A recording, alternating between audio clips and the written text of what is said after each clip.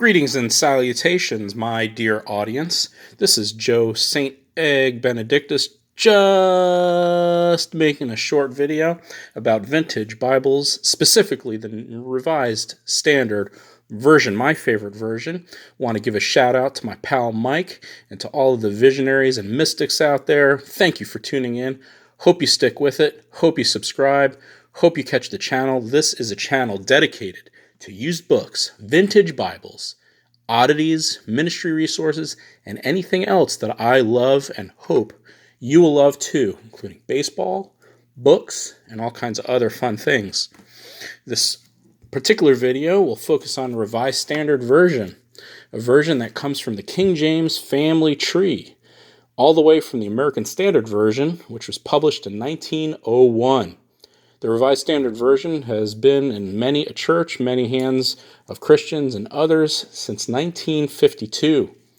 This particular Revised Standard Version is special to me. It's the first RSV that I've ever owned, and I got it from a professor over 25 years ago. When I received it from the professor, it was not his first, he was not the first owner. Rather, there's an inscription here from 1946, but when I picked it up from him, it was in better shape. The cover was malleable. It was well used, very loved, and I came to love it very much. I used it widely for Bible studies. I used it widely for devotional use and reading. This traveled all the way to Ghana, West Africa on a mission trip with me and continued to serve with me for various services and funerals.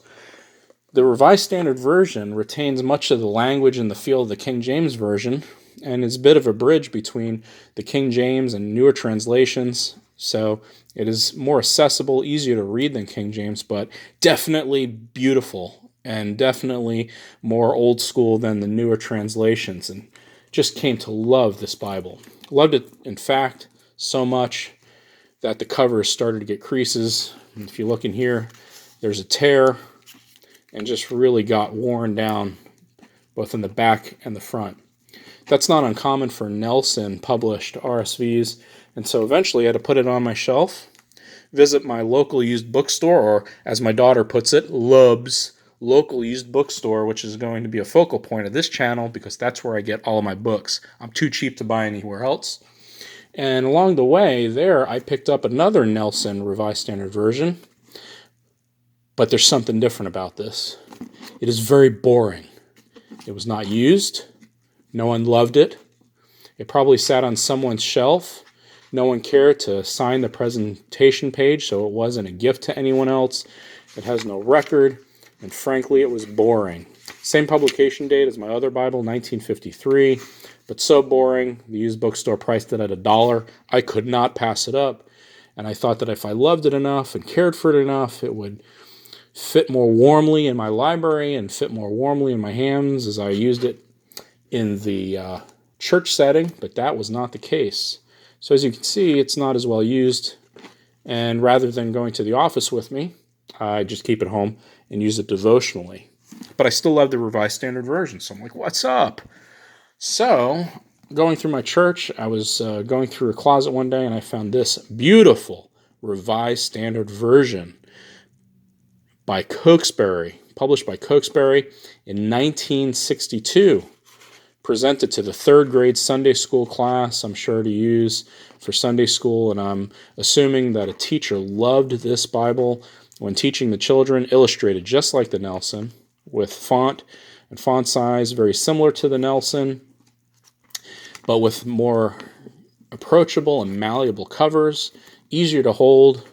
It has a nice, more what would you call that? 1960s font. I would call that in the Art Nouveau style, more of the Helvetica style, or the font that it is. So it was very contemporary for its time, very easy to hold, very easy to preach out of. And although I don't use this for funerals like I did my old one, I do use this in small group settings, Bible studies, and when I'm preaching in smaller settings. The words are a little too small to use from the big pulpit, and I have a different Bible that I use for funerals. I'll get into that down the road. but it is just a beautiful, well-used Bible. You'll find on this channel that I love to pick up books that have personality and charm, and most of the time I buy books because they have personality. They speak to me. I hope they speak to you. So as we journey together, I hope that you will fall in love with used books, with vintage Bibles and oddities and ministry resources as we come